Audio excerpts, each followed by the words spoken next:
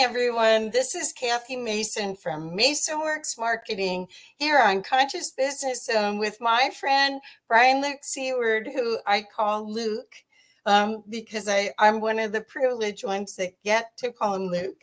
Brian and I or Luke and I have been friends for 15, 20 years. 25, maybe. um, and I have just always loved everything that he does. Brian is an expert on stress management, and this seemed like the perfect subject to talk about right now as people are in this pressure cooker of life, of change, that they need as much support from someone who really knows how to handle stress and has been, he's a stress authority. He wrote the book, and I guess you said you're on their 11th version of the book that's used in all the universities just about in US on stress management. He's done films that are nature therapy that are used by the US military called Earth Songs, that also was turned into a PBS special that I still cry when I watch. That it's so beautiful. And he's an avid photographer, videographer. He started with Jane Goodall. So maybe he'll even go back and tell us about that. So Luke, for people that don't know you, that this is their first experience with learning about you, could you talk a little bit about your journey of how you got into this field and why you're so passionate about it? Sure. First of all, it's great to be back on your show. Thanks, Kath. I began my career in the field of sports psychology. I got a PhD at the University of Maryland, and I initially got a job right out of graduate school working with the U.S. Olympic biathlon team. And it was the 84 to 88 Olympic period. And I think Calgary Games were in 88. And so I love sports. I love sports psychology. And the big thing about sports is anxiety performance and trying to reduce stress. And so that was great. I enjoyed that tremendously. But then when the Olympics ended, so my job, the money ran out. So I went back into academia, which is where I wrote the textbook, Managing Stress, which came out 30 some years ago. Now I'm working on the 11th edition, which comes out this fall. And I'm happy to say that it's done really, really well.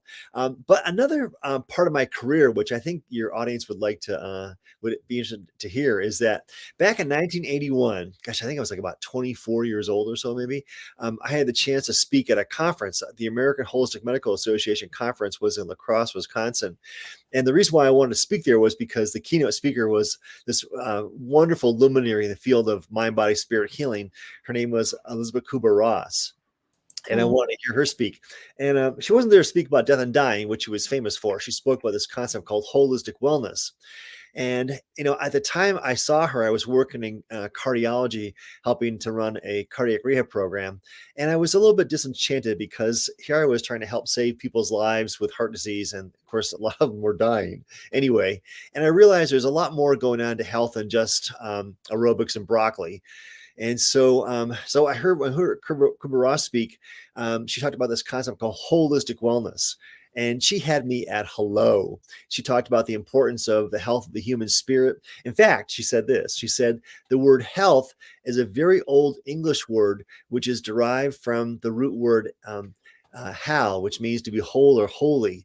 And she said, you cannot speak about health and well-being without addressing the human spirit. She had me at hello. And so that was that point there that I realized that stress management wasn't just about trying to reduce symptoms of nervousness or anxiety. It was really a much bigger aspect of mind, body, spirit. And so when I took this job in academia at the American University in DC, I was asked to teach 2 classes in stress management. And that became kind of like my little experimental lab to try and teach students about things like purpose in life and relationships and values. That's the core of human spirituality. And they loved it. And also, I got to tell you that back in the late 80s, which is when I started teaching this class, stress management was basically symptomatic relief. Like if you had muscle tension, then you did progressive muscular relaxation. If you had a headache, then you might do yoga or something. I don't know. But there really wasn't much going on other than 1 or 2 techniques. And I was introducing art therapy, music therapy, Tai Chi, Hatha yoga. Back, to show you how far we've come, Gabby, if you said the word echinacea back in 19, the response was Gesundheit. We've come a long way. And Yeah. so I introduced this idea of mind, body, spirit wellness into stress management, and it's been the core of my focus for the past, I guess, close to 40 some years. And I was delighted with that. So that's a little bit of background about me. What I do right now is I teach part-time. I do a lot of professional development programs. I do a lot of personal growth workshops. Like the other people in the field, that there's so many people doing this. I write books, and I also do couple of online classes. And I just came out with, I haven't even told you this yet. I just came out with a new white noise recording with nature sounds. We can talk more about that in a little Oh, bit. Yeah, it's pretty cool. perfect. Well, the thing that I wanted everyone to know is that somehow you right away got the connection of the stress release and the healing of the stress release through nature. And the reason I think our friendship was so strong is I was working with a company that made water features, and I got to do a term paper pretty much on nature therapy.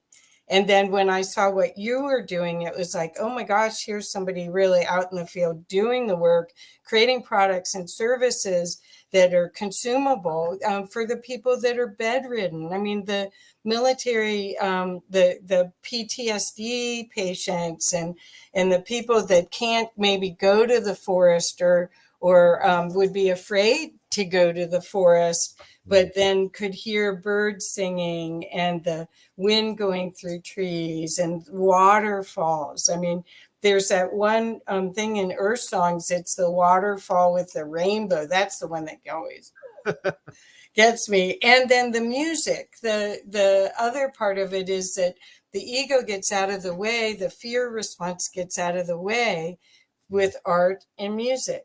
Unless art is too glaring and music is too loud, Yeah. right?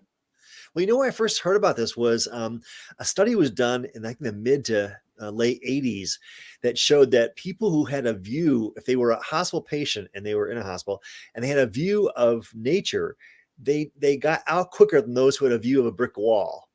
And they began to think, wow, there really is something healing about nature. And of course, I've known that for years, or decades, I should say. And so when I taught stress management at the University of Maryland, where I taught too, actually, I would do a nature slideshow with music, and the students would love it. They would bring their roommates, their girlfriends, their boyfriends, their parents, and I thought, I got something going on here. And then it came to be where I got a video camera and I started filming things as well as taking photographs. And Earth Songs was a tremendous hit, but I made it mostly for people in hospitals who couldn't get outside. Right. At the time, I'm sure things have probably changed now because that was about 20 years ago. But it used to be that hospitals, didn't want their cancer patients watching the programming that's so fear-based and violence-based. They wanted them to have relaxing content for their chemotherapy, so it would really do the best it could do. And so they began to develop in-house cable programming, and so Earth Songs was one of the go-to programs for cancer patients, and that's how it got into a couple of film festivals, and then got on PBS because somebody saw that and said, "Hey, this deserves a wider audience than just than what you've got here." You're right. That's great. Well, the you're at the cutting edge of all this. You're meeting people like Deepak Chopra and other luminaries, and you're seeing that they're they're talking about it, but you created experiences. That's what that at least I wanted the audience to know about, is that the work that you do is an experience so that you embody it, right? Yeah, definitely, definitely. In fact, I think you were there when we did the screening in Boulder. We had like about, I don't know, 200-300 people there, and it was magic. It was magic. It wasn't just that you were watching this; you were experiencing the waterfalls, the bird sounds, the animals. One person said to me, I think you must really love Hawaii, because it seemed like half your movie was in Hawaii. And I don't know if that's true or not, but I definitely love Hawaii. But I love all of outdoors. I mean, we live here in Colorado. I love the mountains. I love the wildlife. I just got back. Went to two trips to Africa last year where I did some safaris, and oh my God, to see, it's one thing to watch things on television, like as a kid with Walt Disney, but or Mutual of Omaha's Wild Kingdom, but it shows how old I am. But to be there with these elephants and the lions and the leopards, and oh my God, it was Did you unbelievable. did you go to Kruger? I did. I went to Kruger, Me too. and I also went to a place called Sabi Sabi. And I gotta tell you something. I think my angels are working overtime, because my wife and I went there, and we were supposed to go to this place. They have like three different lodges at Sabi Sabi, and I went there because I heard they had really good photography opportunities for leopards, which I love leopards. Well, we got upgraded from one camp to another, and my wife and I were kind of like sulking because we thought that we got like a downgrade, not an upgrade. And once we saw how nice it was, I'm like, okay, we change our opinions. But I said to the gal, who else stays here? And she goes, in your cabin, we've had British royalty. Nelson Mandela stayed here. She put this whole list. And I thought to myself, wow, my angels are working overtime on me. Well, when my daughter was in the Peace Corps for 3 years in Namibia. So I went over for 3 weeks and went to Namibia, Botswana, and South Africa, and stayed a week in Kruger and part of the time in Johannesburg. Right. And the first thing that I really noticed was the people, when they show you those pictures of the kids with these bright smiles and their shiny faces, they're full of love. They know they're loved. It takes a village kind of thing to raise those kids. Mhm. And those pictures that you see, the fundraisers for ministries and stuff, they don't capture it as in person. In person, it's just amazing. And then everything seemed like it was because they're so grounded to the earth. It's such a different experience than here. It is just, everyone should go to Africa. Right, right. And to add something to this, thank you for sharing that. I definitely, when I travel, I kind of like put some feelers out about what people sense is going on in the world.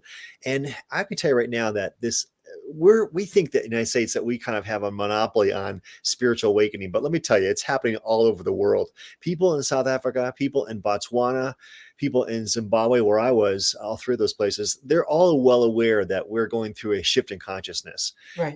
And so it's not just here in the States. I think sometimes it's good to be reminded of that we are all connected to this wonderful divine awakening going on right now. And that's one reason why I wanted to be part of this show, was to remind people the importance of the spiritual tools to practice on a daily basis to enhance this critical mass of consciousness in this global awakening. Perfect, perfect. So let's talk some more about that, because you have your own philosophy, and well, first of all, you have a toolkit which you share, but you also have a philosophy on how this all works. Do you want to share a little bit about your philosophy, or is that Yeah, I know. I Is that like okay? to. I don't know if it's mine actually. It's probably a collective philosophy that I tend to promote. Spirituality is not the same thing as religion. I think everyone listening to this is well aware of that, but it's good, important to state the obvious. But in terms of spirituality, which is so difficult to articulate and to define because it's kind of like is beyond words. But three things come to mind, and those three things are being tested on a daily basis in the news right now. You hear them all the time: relationships, values, and a meaningful purpose in life. And go back a step in the conversation.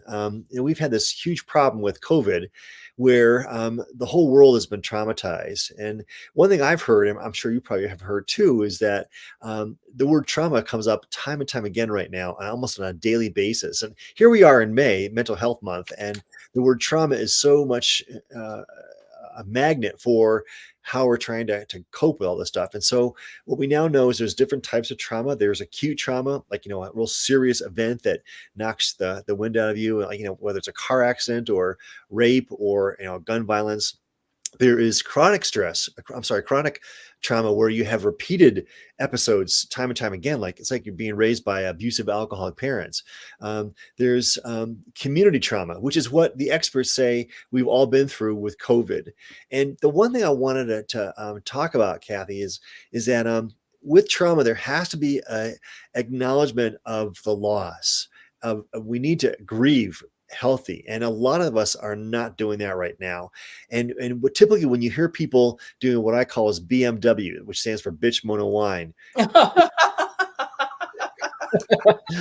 you're hearing grieving going on. And grieving, if it's not um, done well, if it's not done in a healthy manner, which means to acknowledge it and to seek some help, get some counseling, uh, to grieve our losses, which are many these days. Then what we end up getting is victim consciousness. Poor, pitiful me. And we hear a lot of that going on right now. To be honest with you, it was going on before the pandemic, but we have a lot of it right now. We have a huge mental health care crisis going on right now in the country. I think we just need to state the obvious about that. But I want to encourage people to take some time to grieve properly, and to sometimes we talk about having a grieving ceremony where you actually acknowledge what you lost. Whether it was a career, whether it was a community, whether it was your favorite restaurant. And we can go from the sublime to the ridiculous on this, but the bottom line is that we have all gone through some tremendous trauma right now. And in order for us to accentuate ourselves, some people say ascend on the spiritual path, we need to do our work. And part of the work is to do some healthy grieving. Right. So the idea of grieving, I'm actually in a process of clearing out a bunch of my stuff, and I'm finding that I was stalling getting rid of some of the stuff because I was afraid of the memories that were attached to it. Mhm. And yesterday I just drove a car full of stuff to the store and just dumped it all. But I mean, there were things 20 years that somehow I thought that just touching them or experience them again would bring me back to the pain that of loss. And it was cool. I didn't have any problem.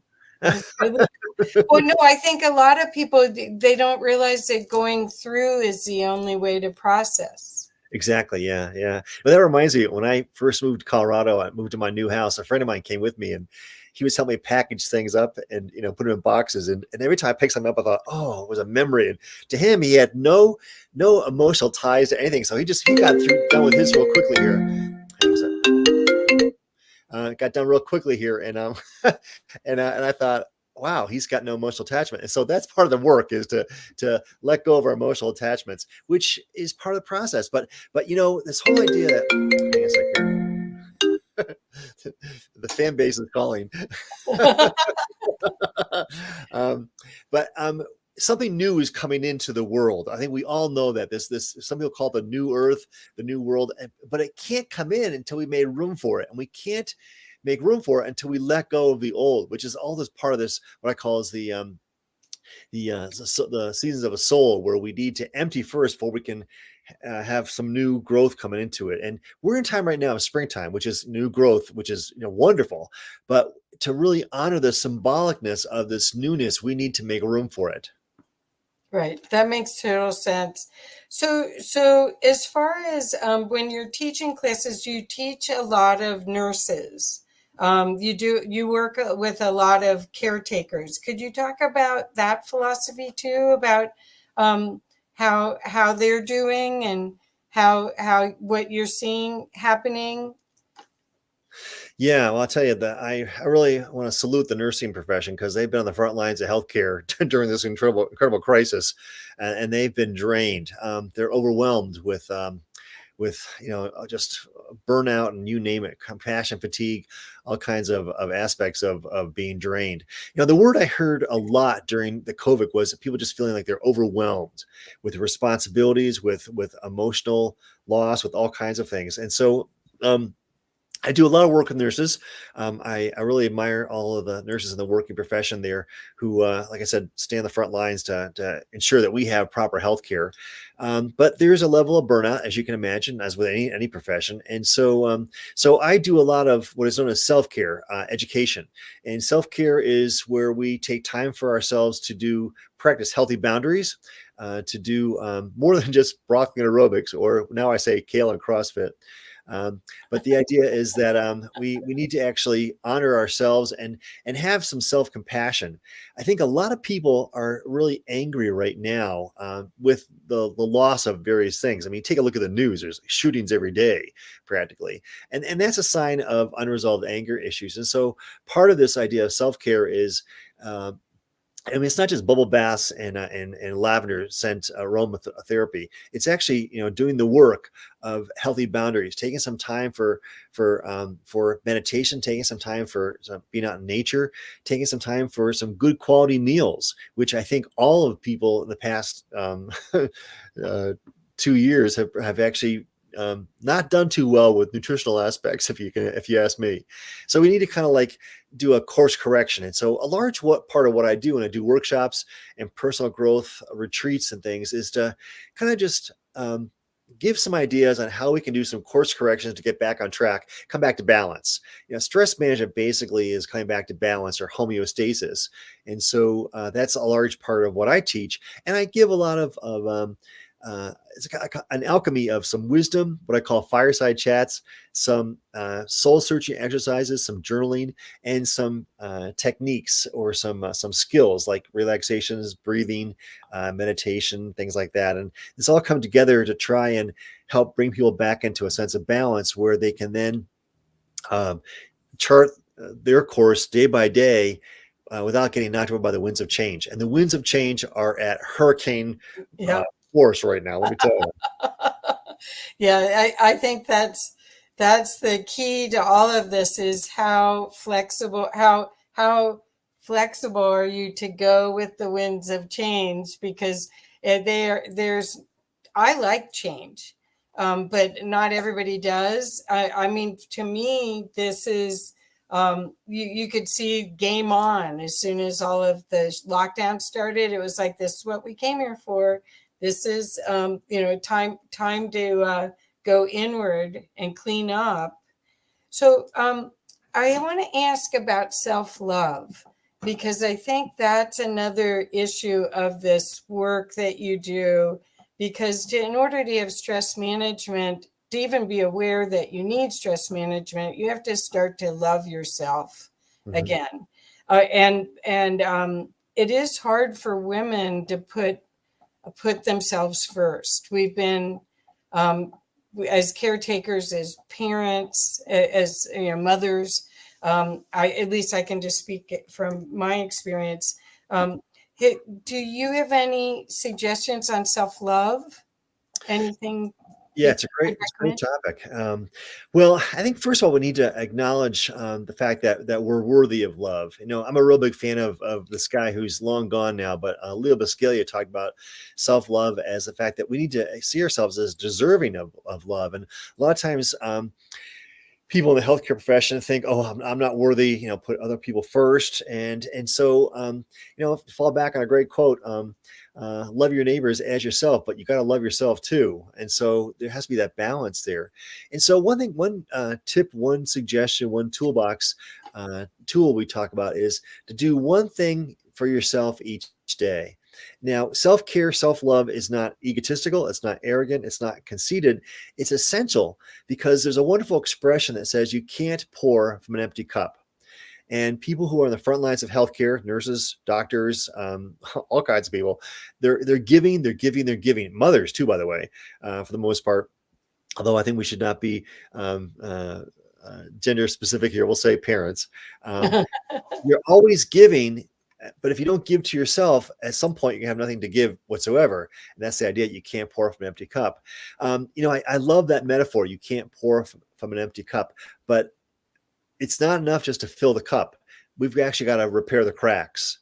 And we have a lot of people with cracked cups right now, because that's what trauma does. It tends to cause disruption in our lives. And I want to highlight this Japanese technique. I'm going to probably mispronounce it. I think it's called kintsugi, where they actually fill in the cracks of pottery with gold, or I've seen it done with turquoise too. And it makes a pot look beautiful. I mean, it was great beforehand, but now that it's got this beautiful repair, this healing of the crack with gold or silver or turquoise, it's now stunning. You can't take your eyes off it. And so before we fill the cup, we gotta repair the cracks. And that's what self-love is taking time to honor yourself, see yourself worthy of self-love, and to do something for yourself, and to recognize that that's not arrogant, it's not conceited, it's not self-centered. It's essential, because until we have that core within us that is filled up with metaphorical water, if you will, the spirit, then we can't do a good job for other people.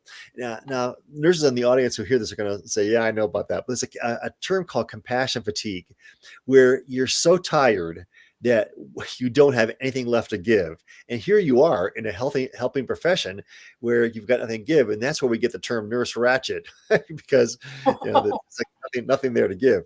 I think every nurse in the audience who might hear this would realize, yeah, I've been there. And I think everyone's been there to some extent. And so this is time to take some time to nurture the self. And it doesn't have to be like, all day long, even like 5 minutes to unplug from your cell phone and just sit quietly and focus on your breathing.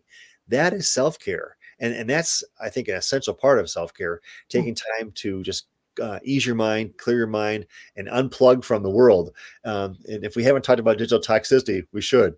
Okay.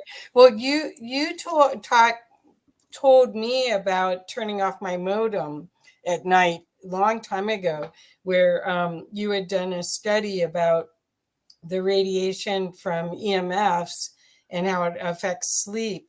Could you talk a little bit about sleep too? Because that's part of the stress reduction formula in my view. It definitely is, and it's definitely part of self-care too. I mean, we've got to have adequate sleep.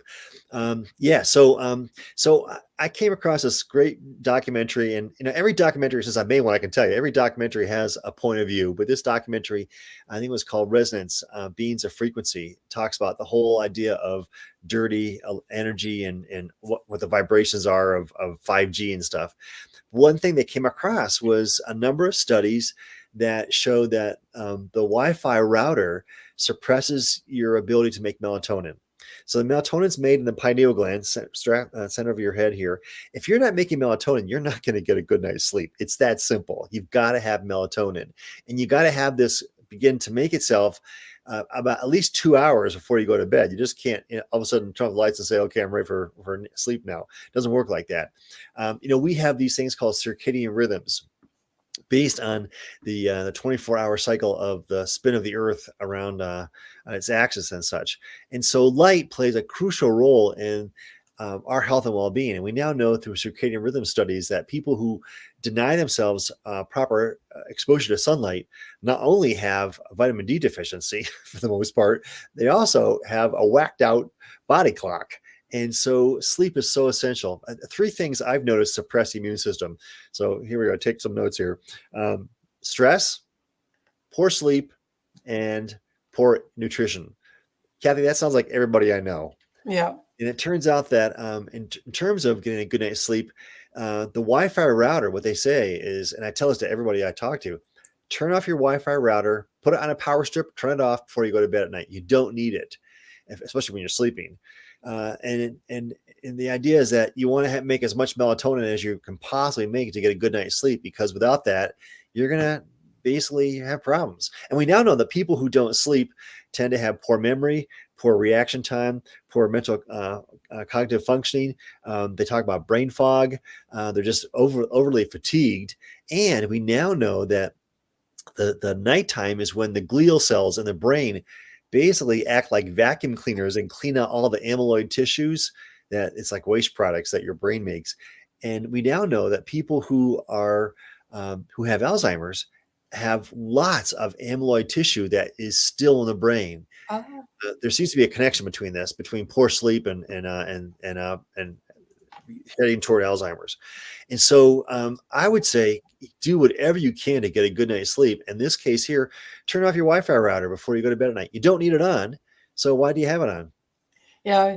Well, I remember you saying it. I did a study, and it's even coming out of your television set, even while it's not on. It's like, oh my God. But I did take your recommendation, and I do turn off my router, and I do think it makes a big difference. I really thank you for that advice. So during these changes right now, you're saying grieving, we can grieve for the change and get it over with, because whatever we resist persists. So if you just stuff it, it's gonna come out. Right. So Right. so is there other stuff? You talked about nutrition. Do you want to talk a little bit about nutrition Yeah, today? yeah. It's kind of funny. This is not my area of expertise. However, I taught nutrition for 12 years at the University of Colorado. Some guy went on a sabbatical and never came back, so I kind of got stuck with this class. But I learned a lot. Oh my God, I learned a lot. And it's funny, you were talking about Brigitte Mars earlier. She came to my class as a guest lecturer. I had a lot of guest lecturers come to class, and I learned a lot of stuff that is not in the textbook, and I don't know why. But okay, here goes. First of all, the most important meal to eat every day is your breakfast. They say eat like a king at breakfast, eat like a knight at lunch, and eat like a surf in the evening. Your biggest meal should be breakfast. And that's because you've gone like, what, 8, 10, 12 hours without eating anything. So you need to have the nutrients there. I'm also a really fan of trying to have natural foods, organic foods. I know they're more expensive, but it's an investment in your health. And every day I hear the news about uh, private equity firms taking over companies and trying to cut costs, and then they go bankrupt and stuff. But a lot of these food companies don't care about your health whatsoever. They're in it for the profits. I was so naive when I first started teaching nutrition. I thought nutrition was first and foremost a health issue. It's not. First and foremost, nutrition is a financial issue, followed by a political issue because of all the lobbyists. And so you got to take care of yourself because no one's going to do for you. The whole idea about caveat emptor, be careful what you buy. So I would say it's really important to eat as best as you can um, uh, fruits and vegetables, organic produce, because that is now shown to be what's most beneficial for your health and well-being. We now know that a lot of meats are chock full of antibiotics, and not to mention herbicides, pesticides, fungicides, and fertilizers that are all petroleum based. You don't want that stuff in your body. And so, God, we could talk for hours about nutrition. I don't know where to go on this. Okay, I'll tell you one thing I noticed. I talk about the stress dominoes with nutrition. So check this out. So we have, I call them 4 stress dominoes. First domino is that when you're stressed, you deplete nutrients. You deplete primarily vitamins B and C, the water soluble vitamins, and also you deplete a lot of minerals. And the big one is magnesium. I had a guest speaker come to class, and he said this. I never forgot it. He said, tonight, when you go to bed, you get down on your knees and you thank magnesium. You say gratitude to magnesium. And I'm thinking to myself, where is he going with this? And he said, most minerals are involved with 10 to 15 metabolic activities in your body.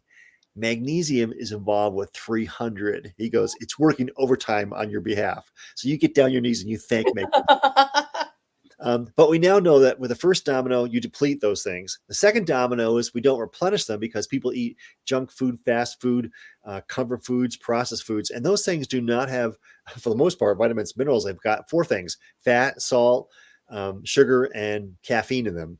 And so those are not going to help replace what we're deficient in. The third domino is that there's stuff in our foods that tend to trigger the stress response.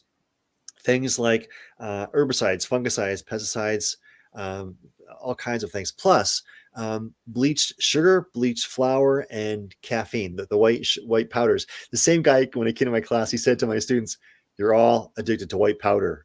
You say it's a boulder, and everyone like cringes. And so he goes, refined sugar, refined flour, caffeine. And you knew that he could have mentioned a few more, but he stopped there. But those things trigger the epinephrine and norepinephrine response in the nervous system to basically be more stressed. So if you're stressed and you eat foods that have processed sugar, flour, and caffeine, it's like throwing gasoline in the fire. You're going to be more stressed, and that's going to really have an impact on sleep too. And the last thing is, there is stuff in our foods that we have no idea what's going on with it that I'm sure is causing problems in health and well-being. So that's why I say eat organic whenever you can. But here's something you should know about the word organic. Back, this is like 20 years ago when I was teaching, the word organic meant that the soil that you planted things in had to be clean for at least 3 years with no herbicides, fungicides, pesticides, or fertilizers that were petroleum based. Then after 3 years, then you can grow your crops, but those crops can't have that stuff either. When you go to the grocery store and you see in the label, it says 80% organic, I don't think so. Okay. That's like saying that, you're a little bit pregnant. Either you are or you're not. So that's the thing about that. Now, we should also mention this idea about spiritual nutrition, and I'm a real big fan of this too. I kind of borrow this from Gabriel Cousins, but I think he's not the only one talking about this. And that is that we want to have food in our diet that represents all colors of the rainbow, because it corresponds to the chakras in our body here. So every chakra has a color associated with it, from red, the colors of the rainbow, red up to purple. And so we need to have a diet that is colorful as well. And what they typically say is that the color of the food corresponds to the chakra, which is also the same color. And, so typically we talk about red foods, like tomatoes are red, cranberries are red. Women with urinary tract infections, what are you told it suggested to have? Cranberry juice. Guys with prostate problems, they say, I think it's lycopene in the potato and tomatoes. So one guy said to me, he goes, "What about your eyes?" And then before I could even answer, Kathy, someone said, "Well, my doctor told me with my diabetes, I should be eating blueberries." Bingo, that's the right answer. Exactly. Blueberries and bilberries. They Yeah. found that out in World War II with the English pilots flying at night. Their night vision changed when they ate bilberries and blueberries. Who Did you knew? know that? That's how they found it out. I love it. Yeah, food is medicine. Food is medicine, and it's another empowerment. Part of why I do this show is I want servant leaders to have all the tools that they can to invigorate and support their own selves while they're helping everybody else. Because a servant leader, it works and helps their employees as well as their customers, but who's helping them? So this is great resource information, Luke, for anybody, not just nurses that are burning out, but anybody that really wants to live a vital, happy life. And the other thing is the awareness that you can make positive choices really changes the whole game. So if you're thinking that, oh no, I can't do this or that, and then somebody just suggests something, a different point of view, a different a positive path rather than the other, I don't I don't think the media has your positive path in mind. They're just, that's why it's like a vice, a pressure cooker of stress Uh-huh. and sadness in a lot of ways, fear and sadness. But when you really listen to Luke and can learn different stress management um, uh, methods of living, your life becomes an adventure. That's what we were supposed to do, right? Yeah, exactly. Exactly. Yeah. Yeah. And I think there is a definitely addiction to the media. I think that, because it's the expression is if it bleeds, it leads. People are oftentimes caught up in the rubbernecking of the news. And I would say, get 5 minutes, know the headlines, and then turn it off. Just go out and enjoy the day, enjoy the sunshine, the birds. We got springtime here, where birds are going crazy. Yeah. We have with the hummingbirds to come. Get out in nature. It's so very, very important. And I think that it's easy to give your power away. One of the things I love teaching about stress management is to take your power back. Don't Yeah. give it away to the politicians, to the movie stars, to the media. Take it back and do something creative with it. And I got to tell you one of the things, since we could talk so much about this, but I follow this one podcast called Next Level Soul, Uh-huh. and this guy who does this podcast has interviewed a lot of people who've had near-death experiences. I know you know a lot about this Yeah, too. yeah, I do. I'm really into it. And it turns out that they all tend to say the same thing, that given the chance to come back, they say, yeah, I got some unfinished business I got to do here. And this one gal who I was very taken with, she said that, well, we all come here to learn to deal with trauma. She said, it's part of our experience that we're going to have a traumatic experience and how well we can get through it. And so, one of the things that I talk about when I talk about stress management is not just coping skills, but what I call muscles of a soul. Things like the capacity to express love and compassion, to express a sense of humor, to express forgiveness or tolerance or patience. These are all things that help us get through the tough times and definitely get through traumatic events. There's no doubt about that.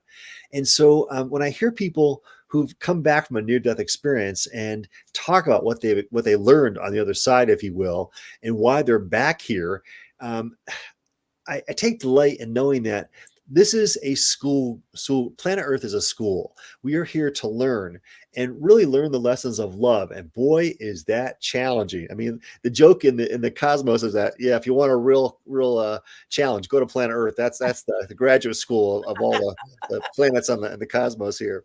And so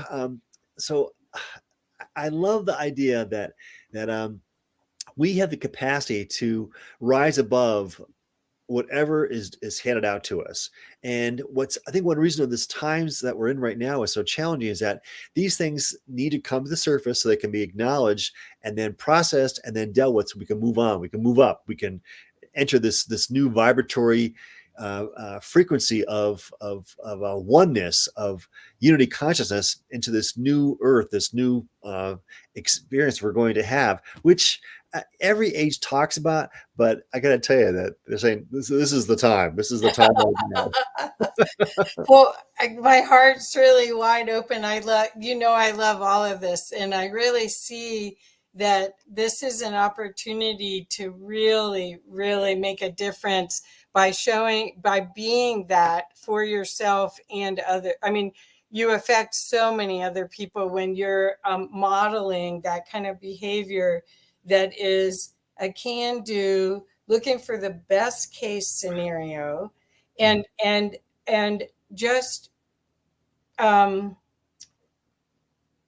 being in kind, loving motion, because that's what's missing. The lockdown and the fear virus actually reduces people's interactions. It actually condenses, and that's why I keep calling it a pressure cooker. It feels like it's not expansive, it's a reduction. And so what we're talking about is taking back your power and doing these things that Luke can teach you. You don't have to be a nurse to take his classes, right? Anybody. They're for anybody. Right. What I want people to know is that there are tried and true methods that can get you from where you are right now if you're in a stressed and don't feel supported environment, to baby step your way to that new aspect of you that's just waiting to be unveiled. Just like a flower is a bud and it opens up, you can do that too. You could be that bud right now, just closed down. And then with all of these different techniques and exercises and experiences, you could see your whole life change. And this is the time. This is the time, right? Definitely a time, yeah. And I want to put a good word in for support groups. It's the biggest thing I saw before the pandemic was, in terms of stresses, was alienation and isolation. People felt as if they were lonely because of whatever number of reasons. And the technology, as great as it is, this whole idea about social media, people actually were cut off from the real connections with their friends and family and colleagues and neighbors and things. And then the pandemic happened, and it just went, magnified times 10 to the 23rd. Well, we're still seeing that, and in fact, I just saw a headline today that the Surgeon General said that loneliness is as bad for your health as smoking. Who knew? Wow. Yeah, who knew? And so I want to put a real big plug in for support groups. Before the pandemic, most people went to a support group meeting, and there is a support group for every stressor. And we talk about AA and Al-Anon, but those are the granddaddies. But there's a support group for people with whose parents have Alzheimer's, for people whose kids have autism, for people who've got Lyme disease. I mean, every stressor you have, there's a support group. And the beauty of this now is that they've all gone online, so you have options you never had before. But I want people who are in the audience to hear this, to know that you're never alone. We're always connected. But if you feel as if you're going through a situation alone and by yourself, know that you're not. And if you can find, just Google support group in your area for whatever the issue might happen to be. And then if you can, go in person. It's always better to go in person, I think. But if you can't, try it online. But know that we are not alone, and we can do this together. No one's ever asked to do any task by themselves. We're all in this together, and there is strength and power in numbers. And so support groups is a great coping technique for stress. It's been that way for a long, long time, but it's now we got research to back it up. Oh, that's great. That's great. And again, we're coming into a time where we want to recreate and upgrade all of the systems and everything that has been created for hundreds, maybe thousand years, where we're looking at government and science and healthcare, and we're looking at everything, and that's going to take people being able to creatively problem solve. And if you're under stress, you can't. Yeah. There's just no way that you can come up with an Einstein available idea out of that constant thing. I wanted to ask Luke one other thing about self-talk, because I think that it's sort of like self-love, but it's different, because it's somehow, I noticed when I first closed down, I had to close down my office and move back home, and during, I guess, 3 years ago now. Oh gosh. And I noticed at first, I'm sitting here and I've noticed myself talking to myself like, oh, you did that, why'd you do that? And then I went, did I just say that to myself? Oh my goodness, I'm not very nice to myself. And then I was able to do something about it. But I don't think people realize their self-talk. They're judging themselves like a parent that isn't even there, or a parent who never might have said. But we're so hard on ourselves. Could you talk a little bit about how you help people, or how stress management works with self-talk? Yeah, great topic. And again, this could be one that could take up a whole hour or two. So self-talk is described a lot of different ways. What I like to focus on right now is it's like a radio station. A radio station, or a radio, has lots of stations you can tune into, and a lot of people tune into the station of the ego, WEGO. And although the ego is there as a means to protect us, it's only supposed to be a bodyguard. It's not supposed to be the CEO, not supposed to run the show. And as a consequence, if we're listening to fear-based programming from the ego, then we're kind of like caught into a situation of survival mode is what it comes down to. And so we have the ability to change channels in the radio of our own head, if you will, to use that metaphor, and to pick a better programming station, if you will. One thing I love about meditation is the expression that says meditation is the purpose of meditation is to domesticate the ego. And the idea is if you don't, you're going to have poop all over the place. And so by domesticating the ego, we actually turn down the volume of that self-talk that's negative, that's fear-based, that beats us up, if you will, and change the channel to a more affirming, more self-loving, what I'm going to call the spirit, the voice of the soul that says, this is your true light. This is your true focus. This is your true passion right now. And so that's one reason why I really promote meditation, to sit quietly and just still the mind and still the voice of the ego. And that takes practice. That is a skill. I mean, there are people who've been doing this for like 20, 30, 40 years who are still trying to get that down because it is so challenging to still the voice of the ego. But it can be done. And the mere fact that you could acknowledge what you say, Kathy, that you could see yourself or hear yourself say that shows me that you're a good meditator, because Yeah. the minute you can actually observe yourself and your thoughts, you realize you're not your thoughts. You're it all. That's the scary part. Well, Zach, I tagged Zach, and Zach's here, and he said he's used cognitive psychology to redirect self-talk and successfully redirect. It works. Hey, Zach, good to hear from you. Zach. Yeah, cool. So when we're talking about this whole empowerment, do you do different levels of training, or is there one course? I'm going to show your website in a second. Is there one course that you recommend for this?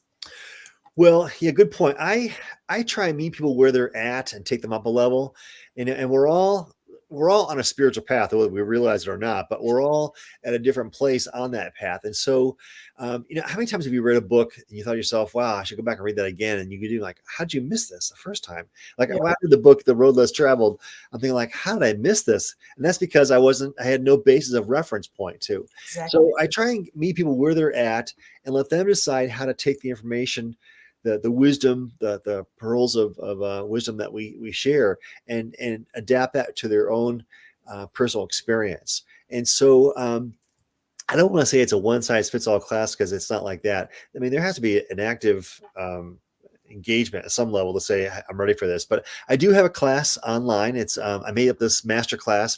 These were really big during the pandemic. I thought I'd give it a shot. So you asked me to hold up a book, so I have a book called "Stand Like Mountain, Flow Like Water," bestseller for 20 years. It just went out of print last month. I can't believe it, Kathy. Oh, really? Well, they can still get the Kindle. They can, yeah. Actually, I think it's been out for close to 30 years.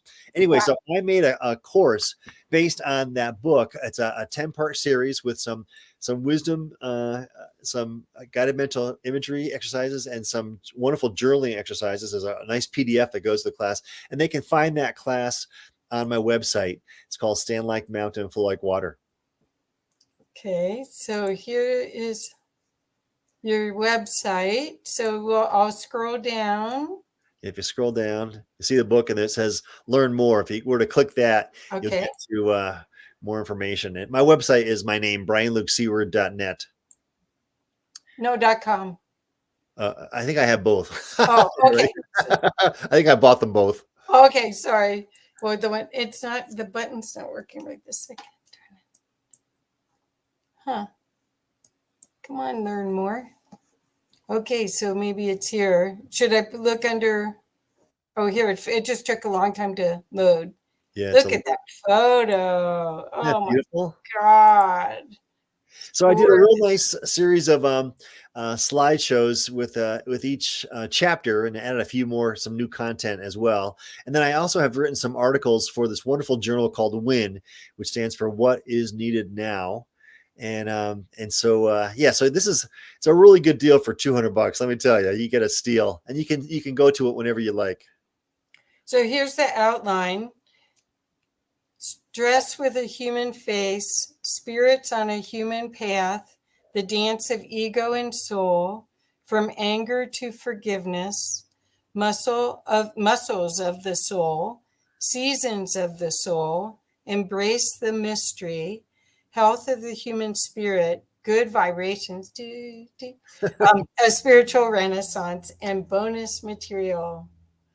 Oh, wow, look at these pictures. My gosh. Yeah, it's a great package. I really think it is. And if you have any interest of doing some more um, work, as they call it, on the spiritual path, if you will, then this is a great class to help you meet you where you are and take you up to the next level. Right, right. This is actually a tool that could be in everyone's toolkit. I mean, it's the change, the amount of change that we're going through right now. It's just getting. Let's see, Lukester. It says, okay, so he says, here we go. Lukester for Featherstone Castle. Traveled the world to take those pictures. He created a DVD with Michael York. Yep. Yeah, we said that before. Thanks, Zach. Thanks, Zach. He's your agent. Yeah, Um, right. not. But anyway, no, what we want people to know is that this is a fantastic resource. I really recommend the Earth Songs DVD also. I don't know if it's still available or if they can get to, I mean, I'll tell you, Earth Songs, the DVD, there's two meditations on it. One is a speaking meditation that the actor Michael York, spoke the words in it. And then on the same DVD is a silent one. And a lot of times I used to sit, I haven't done it in a while, but I might do it again. I used to sit at dinner on my TV table and eat my dinner and watch it and just let that whole thing fill your system, fill your field with this loving kindness that really this whole environment invites you to experience that, not the pain and stress and trauma. It invites you to be part of the ecosystem and have a loving, happy life, right? It sure does. Yeah, and it's a lot of fun. There's some great music with Oh, the yeah. silent version too, and yeah, and I I'll see if I can send you a couple of links. I've done a sequel to Earth Songs too, Uh-huh. but it's mostly like 5 minute clips. I have like over 40 different 5 minute clips of nature, whether it's Hummingbirds. waterfalls or we did some in Africa. I did one in Costa Rica, the hummingbirds and stuff. And Kathy, I got to tell you this. I was thinking this morning of meditating on the concept of happiness. And the bird, the toucan, is a symbol for me of happiness. But when I went to Costa Rica, I actually got this little hummingbird feeder I put in my hand. And I had, at one point, like 5 or 6 hummingbirds coming to my hand, perching on my fingers. And one flew in my ear and licked my ear. I got a kiss from a hummingbird. How cool is that? Wow, wow. Well, I used to, when I grew up in Ohio, we had a hummingbird feeder, and I didn't realize that they live 25 years and fly all the way to South America and then fly all the way back. Yeah. And we're lucky there's hummingbirds here in this area too, in Colorado. Yeah, So, we have I think 4 different species. We got the broadtail, the black chin, the calliope, and the rufous when they come back from Alaska. Whereas if you're east of the Mississippi, pretty much all you have is the ruby throated. So we're oh, pretty lucky here in Colorado. oh, I didn't know that. See, I learned something new today. Well, I knew I would. Well, well, Luke, I want to make sure that people know how to find you, and I really hope that that everyone will take advantage of knowing now about Brian Luke Seaward's work, because you will find this is a gem. This is a gift that you give yourself. Well, thanks. Yeah, two things I want to mention. I forgot to do this. So during the pandemic, I went in the studio and did some recordings for guided mental imagery, and then I worked with my record producer to get these available on iTunes and Oh, Audible.com. And so the new CD, although I think it's not really a tangible product, but you can actually download the podcasts of these things, is called Above the Fray. okay. If you were to Google Above the Fray, and then on iTunes, or I think even on Barnes Noble has it too. I think it's like 9 or 10 different tracks. One of them is I take you to a rainforest with the hummingbirds coming to your hand. One of them you go to a stone circle in Ireland. One of them is mind, body, spirit healing. One of them is a shamanic healing. There's all kinds of wonderful things there. But, or I should say, last month or maybe 2 months ago, I was listening to NPR, and I love Terry Gross's Fresh Air, and she had a little segment on there about the power of white noise. The big thing right now is white noise.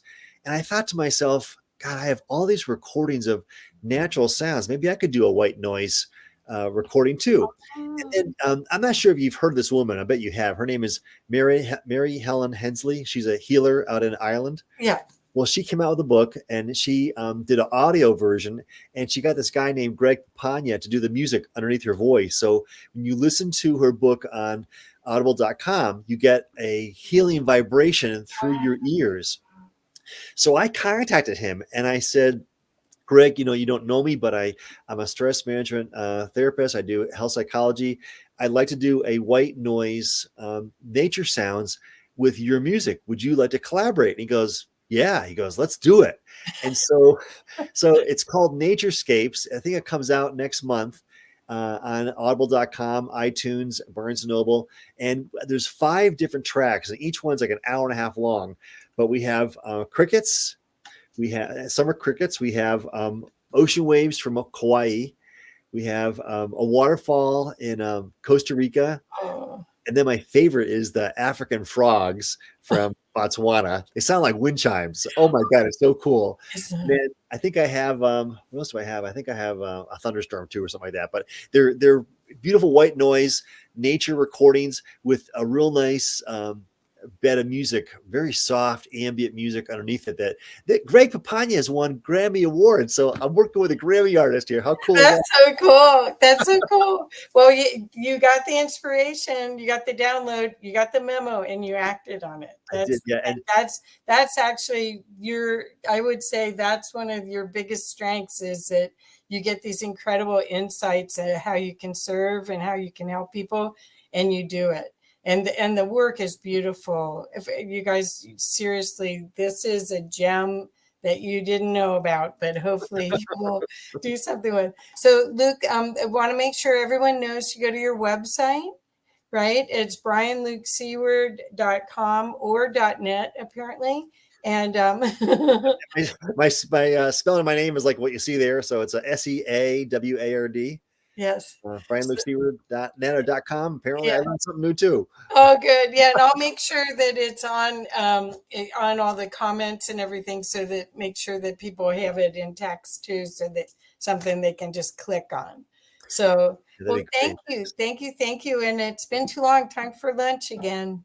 We got to get together, Kath. Well, thank you so much for bringing me on. And to everyone listening, I want to say thanks for all you're doing to make the world a better place. Stay grounded. We're in some challenging times, but as they say, that which doesn't kill us makes us stronger.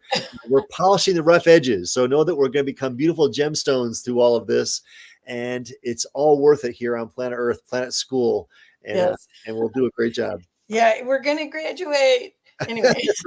We're going to graduate. Yay. Oh, well, thank you, dear. Thank you. All right, thanks, Kat. See ya. Bye. Bye-bye.